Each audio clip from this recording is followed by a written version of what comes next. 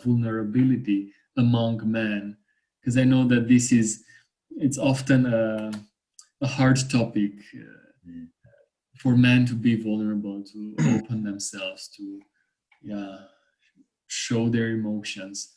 So how do you think men relate to vulnerability? Yeah. Well, we're clearly born with it, aren't we? You know, I have two granddaughters. I'm very blessed to have two granddaughters who are 5 and 7 years old right now. And they helped me remember me when I was 4 or 5, and my son when he was 4 or 5. And yeah, vulnerability was natural then. You know, even though I was a male human child, I had no issues with vulnerability. It was as natural as any other attribute of being human. And it helped me fully engage with life as only small children can, you know. But then stuff happens, you know. I remember being in a dance contest at school when I was 5. And, you know, I'm not a gifted dancer. The universe has designed my body for various things, but grace, elegance, rhythm, not so much. So I was giving it my all, you know. It was the 1960s, so I was doing the twist to a Beatles song, and I was putting my whole heart, soul and body into it, and I was having fun until out the corner of my eye I saw a few older kids, boys, laughing at me.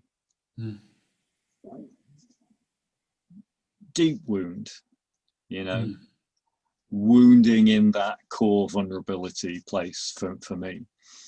And big steel shutter comes down. We'll never dance again. Much too dangerous. I'm not going through that again, you know. And for decades that was true, that I would not dance, you know. So that little tiny personal experience maybe is just an example of what happens to guys.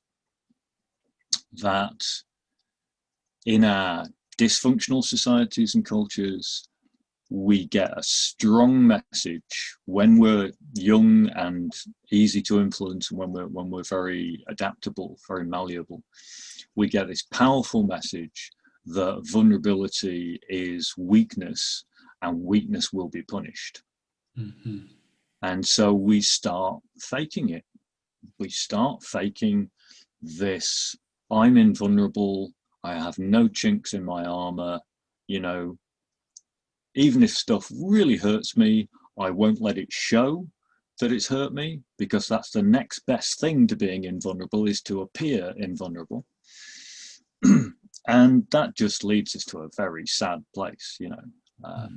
Very restricted, very limited, very stiff. You know, the lover archetype sent into exile, really.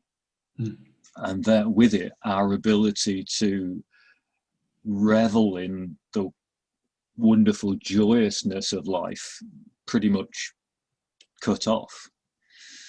So, you know, it happens in different ways to different guys at different points in their life, and there'll be different versions of it in different cultures. But I think for a lot of us, there's a basic truth there.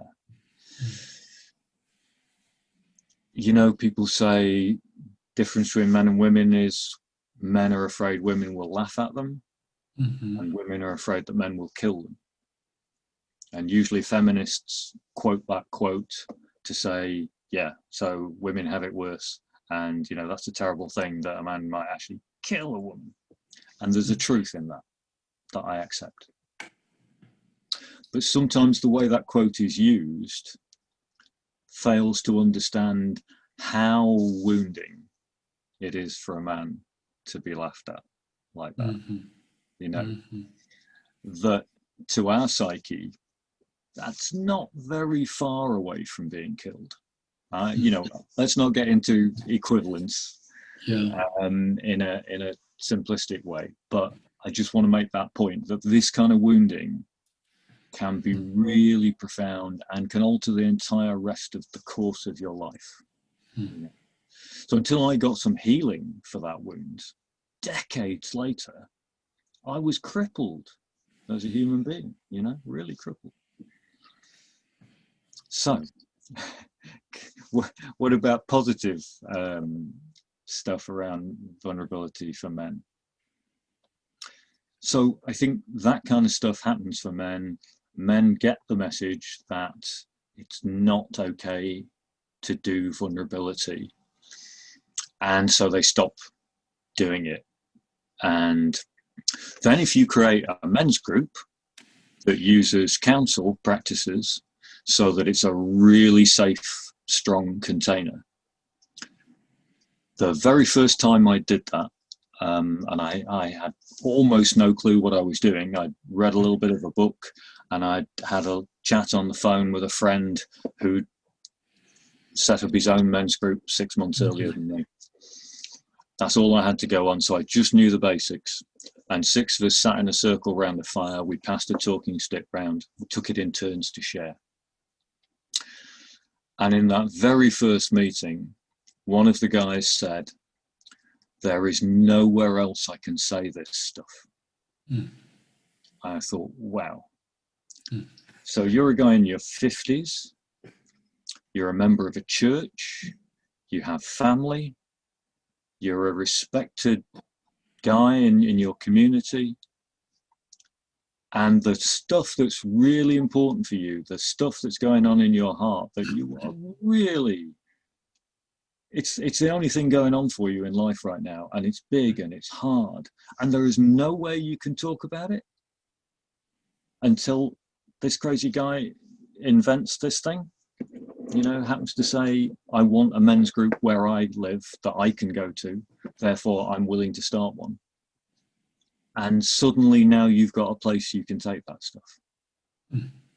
Wow, okay, I can't stop doing these groups then, can I? That's kind of like a sacred task I've been entrusted with the rest of my life. I have to be doing that.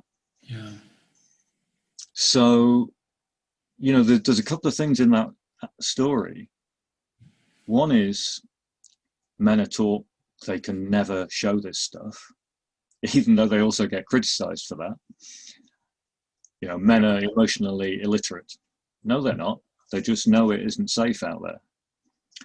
So as soon as you do create a safe place, men suddenly find this emotional literacy.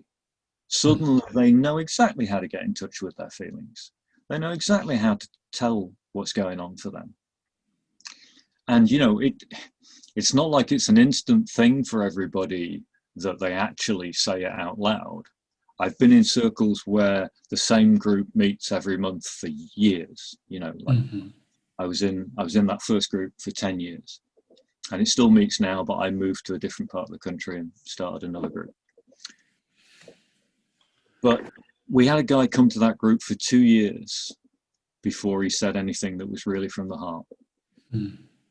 But he was working that whole 2 years. He was walking up to the edge and going, I still don't feel safe enough.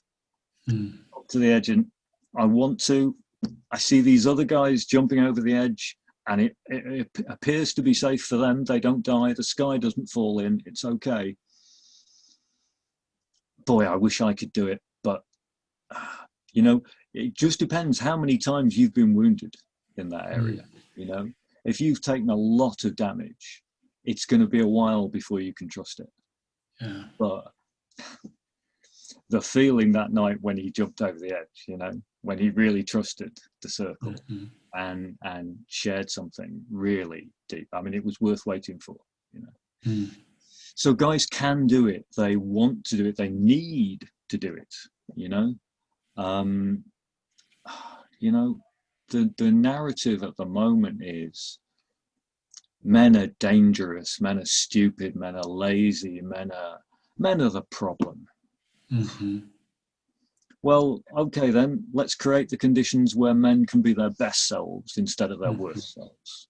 Yeah. You know, if we as a whole society are not willing to put the work in to create those conditions, well, we have to live with the consequences. So yeah, guys can do it, they want to do it, they need to do it. And when you see it, it's a beautiful thing. And yeah, men only spaces seem to be a really good way to start that work.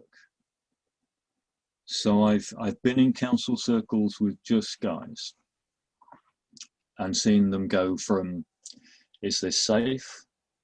I don't know. Okay, I'm going to risk it. To, yeah, these are my people.